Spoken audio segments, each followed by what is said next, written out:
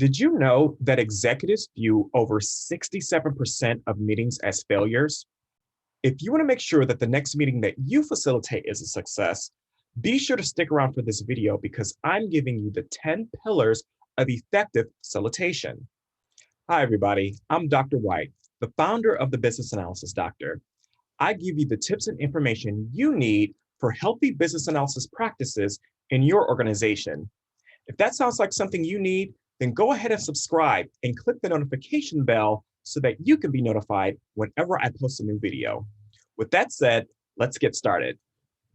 Facilitation is comprised of 10 pillars that can generally be allocated into 3 categories, including prepare, conduct, and wrap up. Now let's look at how each of these pillars fit into these categories.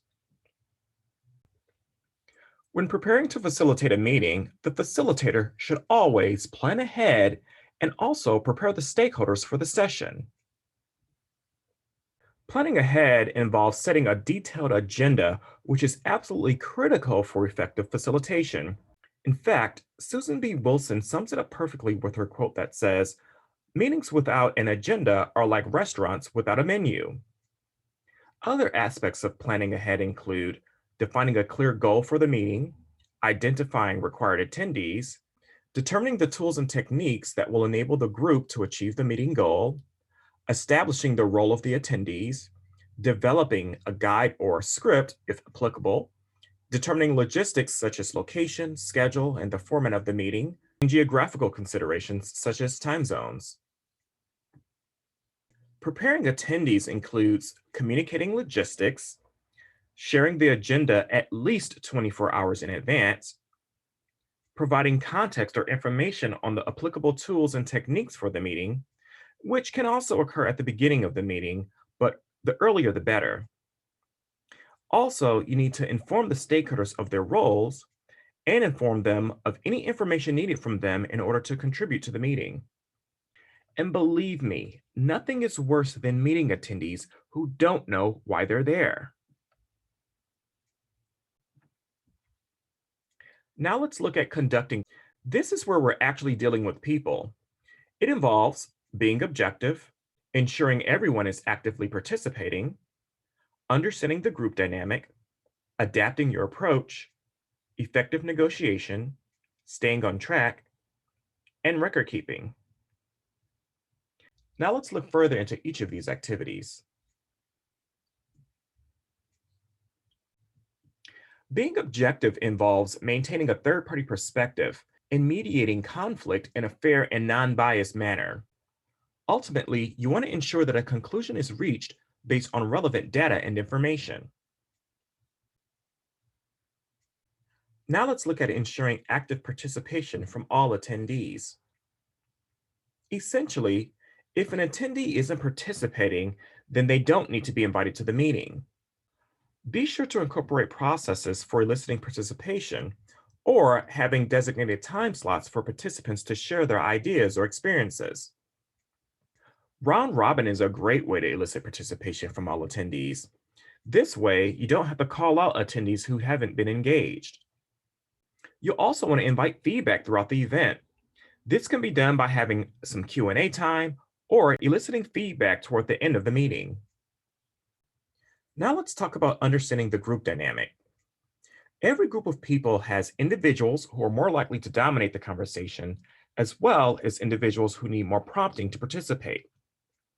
Also, a certain mix of people may be more likely to support or challenge one another, so it'll be important to be able to navigate through this.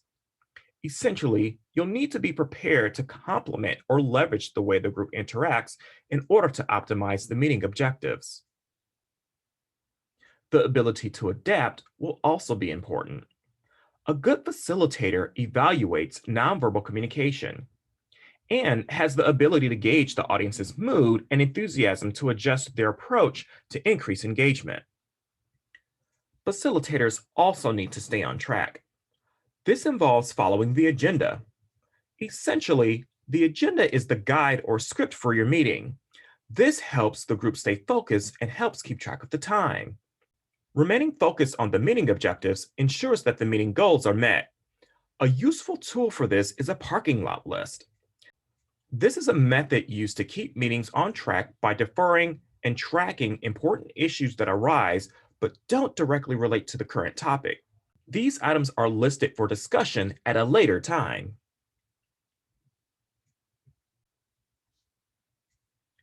Facilitation may also require the ability to negotiate. There may be times when conflict arises, and the facilitator will need to mediate to help the opposing parties understand one another's perspective.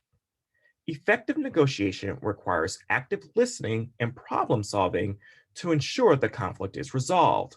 Ideally, the facilitator will help identify win win situations so that both parties are satisfied. Keeping record is also a key part of conducting facilitation. This involves recording key information.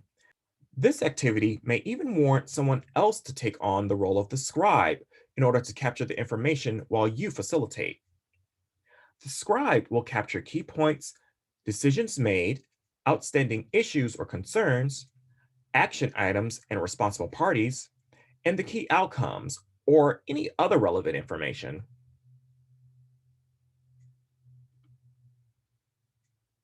The last facilitation component is wrap up. This consists of end of the meeting wrap up as well as post meeting wrap up. Now let's look at each of these. End of meeting wrap up involves briefly recapping parking lot items, eliciting last minute concerns, setting deadlines for the action items, and discussing the next steps.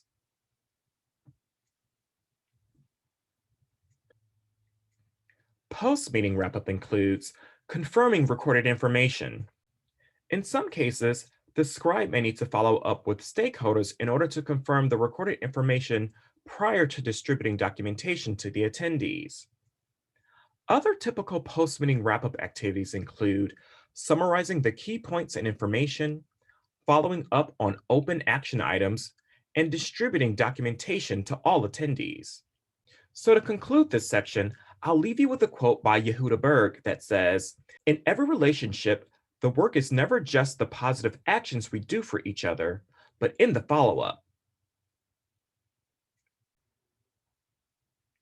So, in summary, the 10 pillars of effective facilitation are plan ahead, prepare attendees, be objective, active participation, understand the group dynamic, adapt, negotiate, stay on track, keep record, and wrap up. Well, there you have it, folks. Those are the 10 pillars of effective facilitation.